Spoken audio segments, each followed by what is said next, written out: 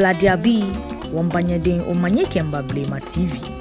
Hajan yele yeli ji kusum ni game yoda afi. Dani abapoto ashran. Ayo hajan yele soha. Ni hajan yeji meni afo ame enu. Eten, edre, afio kusum ne aha ameke ha eni amechekeba. Ejake, hajan je gbeme koji. Ameji shade loko ni babla wagbeme adisa. Wana hegbe wote numo klashiam. Ni hajin edreson yo jeme. Ni dani moni baaje kusum ne ba feye.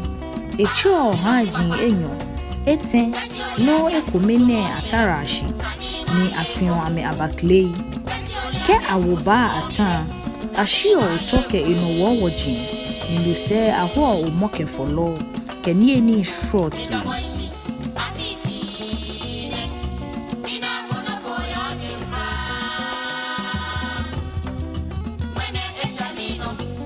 Kusum lala ke jo fense ayabuo sisi ye galawe ni amu ye no se akwo se abashia ke moni tere sisi nini echon inone aji otako ye 18 boni afe ni wose afi ekun ni won ni eyi eno ekacho won ihale keke kuninye ni efe amino ye sese buwese wakenu bokla na sandiba ajayele yidi ga ajayele wala ga no be no faro pe umani ni na bako ya ba lo ku ese oba ni be ni cho wala ni pote ni ani ayo ajayele fi ake ke ye ku ajayele aji fe aji eji gbo mo so to ko ni eji wo ga me wo ko ni kashi ke afobo ni afobo wo Isanis bisoa dani abayo mowo aje nyewu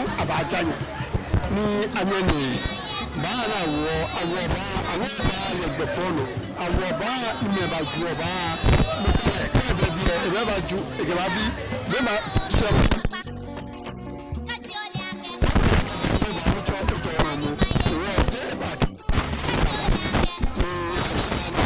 ko ni e ba shile mo ko ni Trupa pe kawo e ke no bi bi o shi fawo shi ncho ni na fe lo we support e nyaye ni ke ba bi ni ya ke sholo mo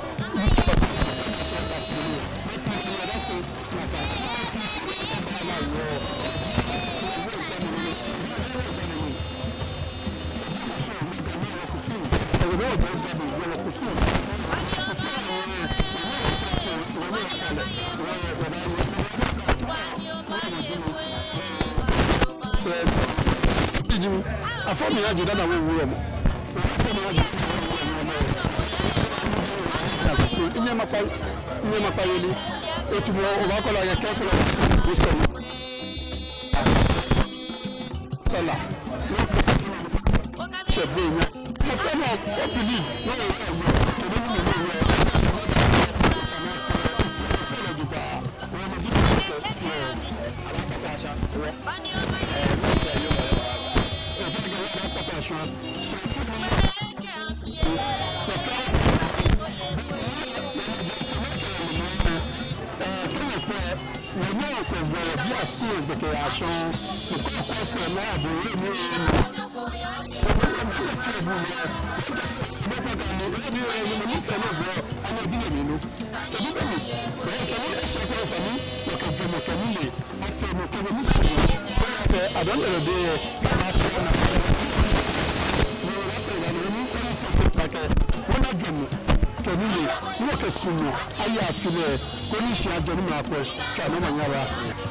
Wona wole ye numo klashia ake numo nai ni woba kenklen ye Gamashie ni awoba aha mensa teteketete haji asai bi ke mofe moni nta wo haji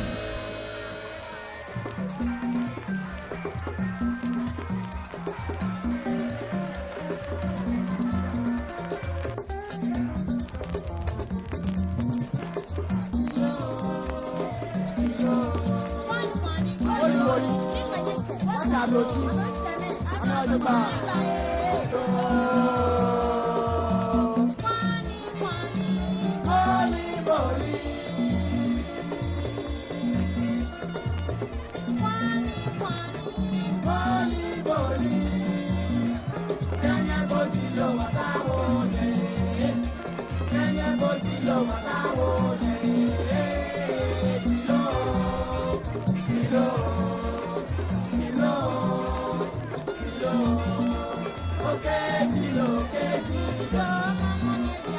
Okay,